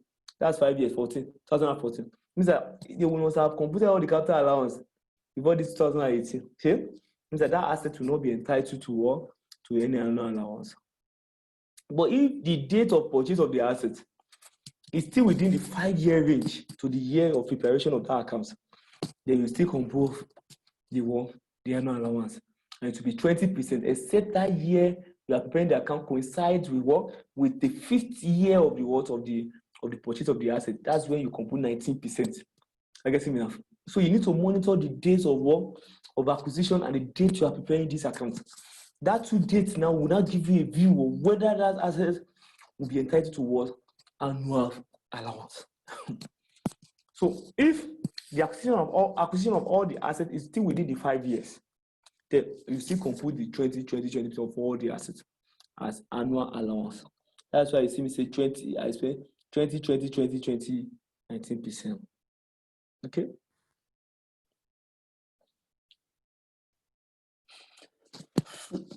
Okay. Ajayi Olatunde. Okay, Mr. Ajayi. Okay, I should come again on that. What I'm saying is that all the assets they give you in the question that they said the company is using, you must be able to note the year of acquisition of that asset. If the year of acquisition of the asset, let's say for instance, the year they acquired the asset, maybe pipes, is 2010. That's when they acquired. And the year we are preparing your exam, that year they put in the questions that they said you are preparing for in the question is 2018. You understand now that the value assets have been acquired in 2010. They must have included all the allowances in the past. 2010, 11, 12, 13, 14. And at 2014, that annual allowance will have completed. That 5 years will have been completed. 20% in 2014, 20% in 2015, 20% in 2016, 20% in 2010, 20% in 2011, 20% in 2012, 20% in 2013, 20% in 2019, 90% in 2014, making 5 years. But you are paying 2018. Means that asset will not be entitled to any annual allowance in this year we are preparing. I hope I get what I'm saying now, because it must have been computed in the past. So they just give it there to you to confuse you. So you just ignore the annual allowance because the annual allowance on the asset must have been computed in the past. So it will not be entitled to capital allowance or annual allowance in this year of preparation. But if the asset has been acquired and the acquisition date is still within 5 years to the date you are preparing in the exam, to the date of that question, that means that the asset will still be entitled to 20% annual allowance or 19% if it is the 5th year. Hope I get what I'm saying now. What I'm saying in essence is that you need to monitor the date of acquisition of the assets and the date of that question, that you could be able to know whether the asset is to be entitled to annual allowance or not. Now, after doing that, there's also another incentive called petroleum investment allowance. You see, on those assets that you computed annual allowance on also, you will see how to compute another allowance called petroleum investment allowance. You see, that petroleum investment allowance is an extra allowance on the asset. But you will compute it in the first year of acquisition of that asset or the first year of using the asset. I guess it's only in the first year. The way you compute the normal investment allowance under the normal company contract, the way you compute it only in the first year. And you will use it to determine tax value. That's for investment allowance. But for this one, you compute only in the first year. Let's say, for instance, that pipes that you have computed annual allowance on, assuming that pipe, assuming they bought it in 2016. Let's say they bought the pipe in 2016. And we are computing a tax liability of that company for 2018. You know quite well that that pipe will be entitled to annual allowance. Because 2016 to 2018 is still within 2-3 years. I mean, that's one. Two, will it be entitled to petroleum investment allowance? No, it will not be entitled to petroleum investment allowance because it has been what?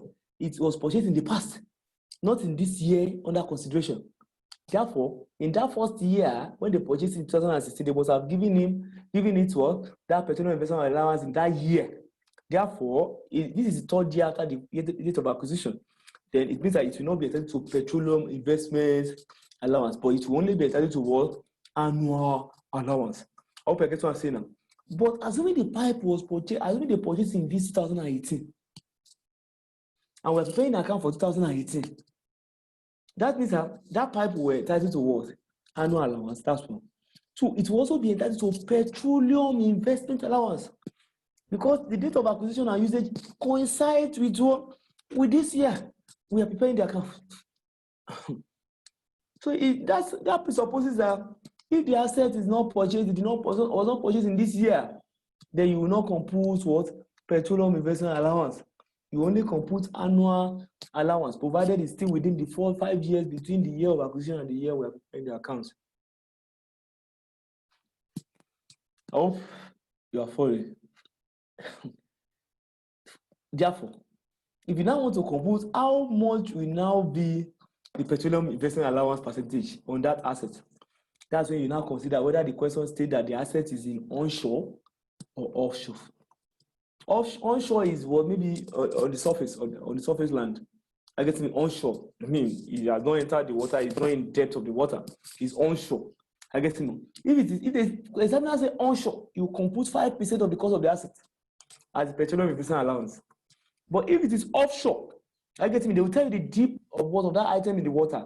I guess what I'm saying now, the depth in the continental shelf, they will tell you. And they say, assume the depth is what? 0 to 100 meters. That's where the location of the items in the water, I mean, that exploration items or the assets. That they will now say the PIA, the petroleum investment allowance, will compute is 10%. If it is between 100 meters to 200 meters, no, this will be between 101 to 200 meters. Because if it is between 0 to 100, is what is 10%. But between 101 to 200 meters is what 15 is 15% on that asset. But if it's above 200 meters, how much should it be? 20%. So if it is onshore, I will use 5%. If it's between 0 to 100, I will use 10%. If it's between 100 to 200, I will use 15%. Why if it's above 200, I will use 20%. The most important thing is that the asset must have been purchased in that year you are preparing the account for you to qualify for the petroleum PIA, petroleum investment allowance. Now, let's say for instance, you have completed the annual allowance, that's one. You have completed the petroleum investment allowance, that's two. You now quickly look at the question again. Do we have a capital allowance brought forward? Please, don't forget. You know, when I was talking about income the other time, I said you should quickly run through and look at whether there is balancing charge added to the income. In this one, so that you will not make a mistake. Go and look at it, whether there is a capital allowance they brought forward from last year. Whatever the capital allowance they brought forward, as they brought it forward, whatever they brought forward, you now add it to the annual allowance, add it to the petroleum investment allowance, add everything together. Let's call what to add the three together. Let's call it A. That should have been the what? The capital allowance should be removed from a stable profit. Assuming the addition of all the three, that's capital allowance brought forward, annual allowance, and petroleum investment allowance. Assuming the addition of everything is what? Is 10,000. Let's assume.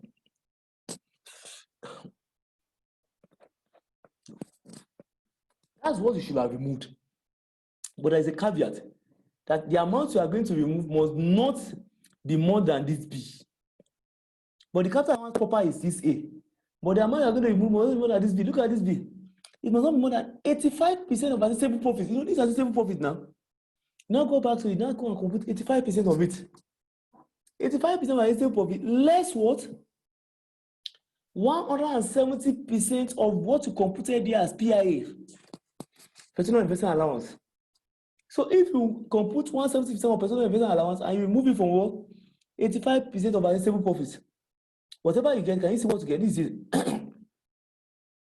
if your A, which is your capital allowance are computed, which was 10,000 assumed, if it is more than this B, this is what you get. If what would you, assuming this BA happens to be 8,000, but A here has to be 10,000. Which one will you remove as a capital allowance? It will be 8,000. You now pick the 8,000, you now remove it from your sale profit. It will be lower that you remove. Now, if this one is lower than A, you will pick the B, which is 8,000. Now, what will be the capital allowance carry forward now? It will now be 10,000 minus 8,000. How much is that? 2,000. That's what you will carry forward to the next year as a capital allowance. I hope I get what I'm saying now. If that's the case, you will have removed the 8,000 here. But the question now is that, assuming this one is now lower than this one, assuming this capital allowance A is now lower than this B, what you remove is this A. And there won't be any capital allowance brought forward, carry forward. Because A, the total capital allowance is what you are removing. So you won't carry forward anything. But whenever you are carrying forward, you are removing B, as sort of the fact that well, the A is more than B. And the difference between A and B is what you carry forward to the next year. Please don't forget. Now, after you have gotten your capital allowance, what next are you going to do? You remove it from your stable profit. What do you have? You now have your chargeable profit. Now, after we have gotten our chargeable profit, what next? You now say, what is my accessible tax? The accessible tax will now be 85% of the chargeable profit. So the chargeable profit is 1 million.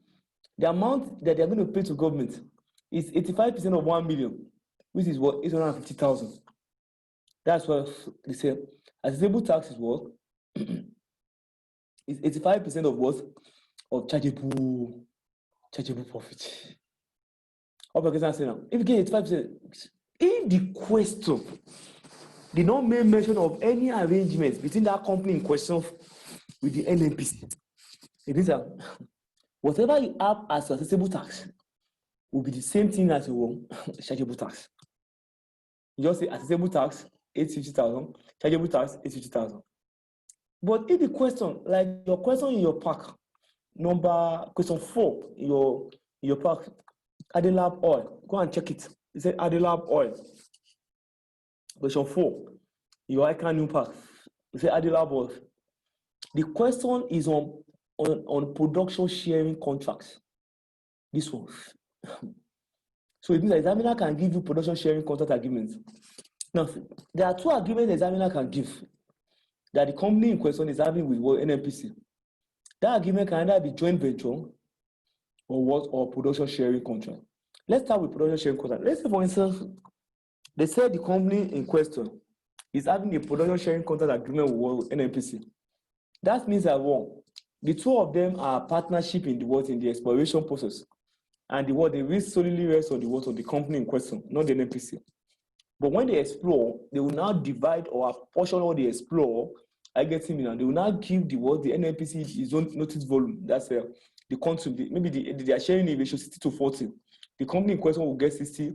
Why the oil company will work? Why the NNPC will get 40%? I guess 40% of the oil. So what we are saying now is that they are having a production sharing contract.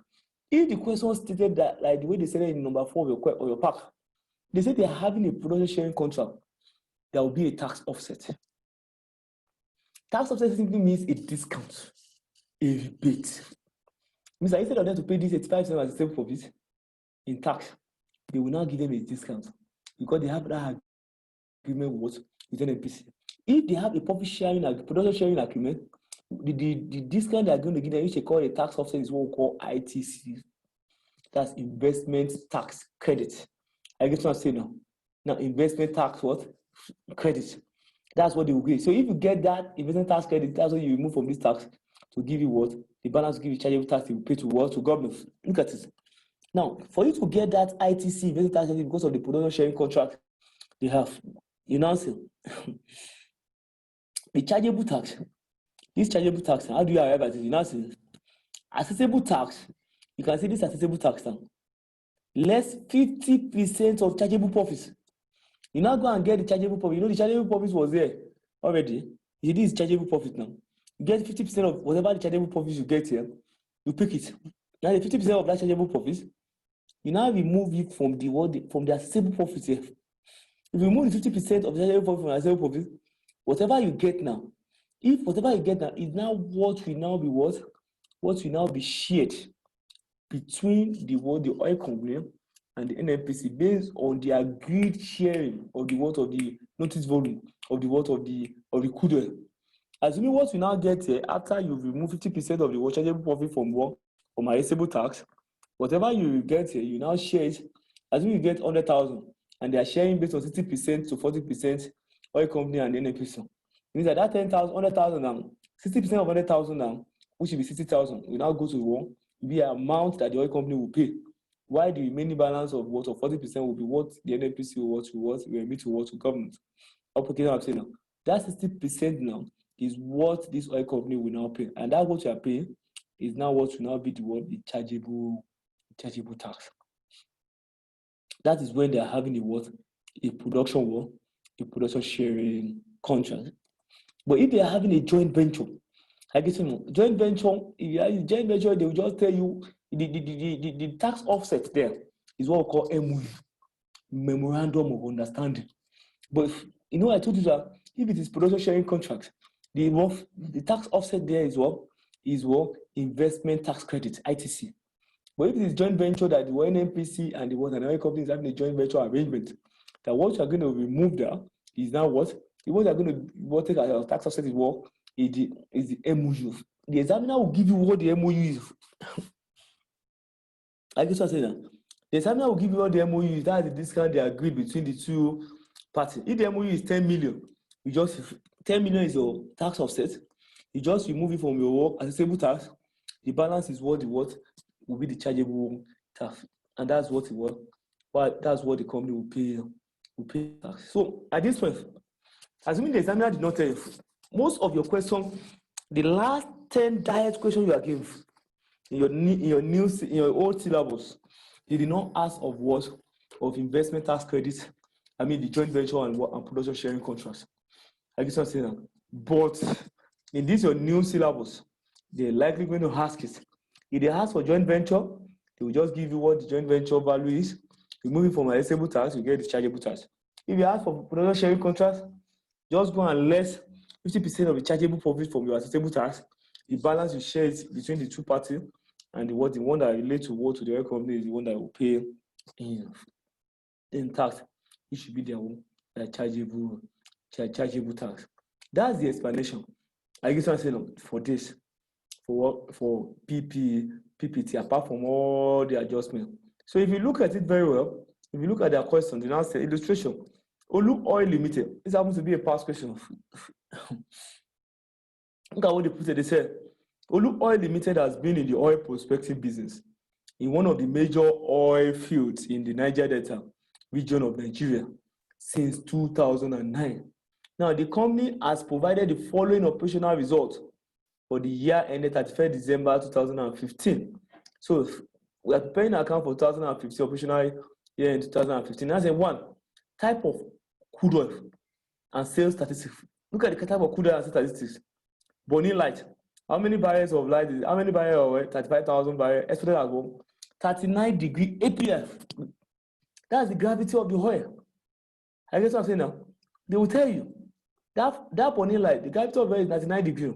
But they will still tell you the standard gravity, which you use to compute the posted price. Don't forget. Now, you can see burning medium is 25,200 barrels exported at 35-degree API.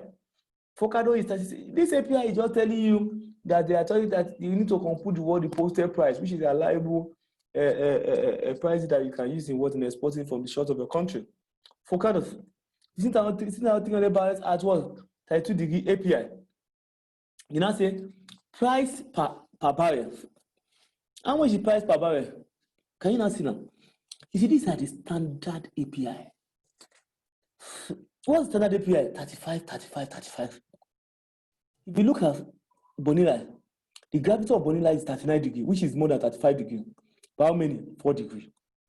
The gravity of Bonilla, okay, I'm having Sharp. Okay. I will send it now.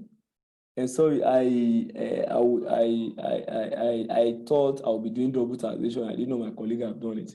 I get me. That's why I have to quickly ask them to produce it. Immediately I'm done with this class, I'll forward it to you. I guess also Stella, I hope you heard me. So I'll forward it to you immediately. I'm done with this, please. I'm sorry. Yes. So I'll forward it. Forward it. Thank you. I'll forward it.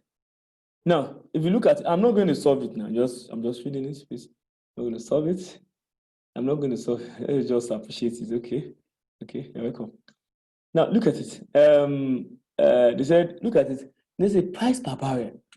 Bonilite, $52.03, 35-degree APR. This tells you that 35 degree is standard. I get it now. So this is what you use to get the posted price, because that of the oil is what the degrees, the gravity differs from the standard, except for the Boni medium, 35 degree that is having the same gravity with that of the what of the standard. Therefore, there will be an adjustment for the API. Look at it for the posted price. And as the actual realized price was arrived at after adjusting for the what variance in API. What's variance in API? 39 degree minus 35, that's 4 degree. What's variance in API in the Focados? 32 degree minus 35 degree minus 32 degree, that's 3 degree. You can now see, just for every API, that's for every degree change in API, $0.03, that's 3 cents. $0.03 was the variance in the price at 35 degree API. It means that, so far this one is 39 degree, you say 39 degree minus 35 degree, how much is that? 4 degree. That means that 4 degree times, what's the difference now? What's the, for 1 degree, how much is this? 0.03. 4 times $0.03. That will now give you what you are going to add to whatever the price of what of Bonilite, which is 52.03. Whatever you get there, that will be what? 4 degree times $0.03. Whatever you get, you add it to 52.03. Whatever you now get is your posted price. So all these adjustments will be done when I'm doing it. 2, I told you they will give you a local sales. So you don't have any problem with local sales. That one is local sales barrel. That's 2,750 barrels of crude oil was produced and sold in the domestic market. They will tell you the rate of what of sale. That's 345 naira per barrel. Just multiply that to, you get what your local sale. Look at it. He now gave us the natural gas also. He said the natural gas sold was from 2 contracts. I told the natural gas, you'll be talking about load factor and G factor. Load factor is a factor that will help us to know how much discounts are going to give on the world on that oil, on that gas. You can see the 2 contracts they executed this period was actually the one they said to OB Limited and Oba Limited. For OB Limited, what's the value of the contract? 42,285,000. For Oba Limited, it's 27,775,000. Now, and they give us the load factor of each of these. So this load factor now, the examiner would have given you a standard load factor. And that standard load factor now is what you use to determine how much will be the corresponding G factor of this. And G factor is that discount factor. We'll call it gas adjustment cost factor. That's what you use to get it. Assuming I computed it, I will tell you how to go around the computation. Assuming I computed that G factor, assuming it happens to be 10% for OB Limited. What does that mean? That 10% is what I will reduce from this value. I'll just say 10% of 42 million something. If it is 4 million, I'll just remove 4 million from 42 million. The balance is what I will recognize as income, as gas income in my computation. That's the implication of that G factor. I hope you understand what I'm saying. Why they give up miscellaneous income? I told you, if they did not say miscellaneous income, they will say balancing charge. I hope you get what I'm saying now. So please pick it as what? As an income. Look at the expenditure, the expenses, intangible living. I told you, go and learn all the expenses they put in your wall, in your pack. And then just list them out this night and start looking at them. You will be used to them. And now intangible dealing costs, rent, reaction on export sale, reaction on local sales, interest pay, transport costs, non-productive rent, depreciation, operation costs, donation, pension contribution, custom duties, arbor dues, the price of equipment, bad debt written off, stamp duty on share capital. If you have not been practicing this, there is no way you can get, you can get everything correct. That's why you have to look at the park. Use your park. Don't use your past question for this. Go and list all the allowable expenses in those 4 questions. You see that it will capture all the items here. I hope I get what I'm saying now. That's what you should do. I hope I get it now. So at this point, I will need to say thank you for listening. I appreciate you guys. I'll continue from here the next class. I'll continue from here. I'll start solving the question from next class. Please try to understudy what you have done. I guess so that by next class, we'll take it off from where we are. Thank you very much. If you have a question or any comments, please pass it to the WhatsApp class, WhatsApp group. I guess so that we can entertain the questions. I appreciate you guys. I pray that success.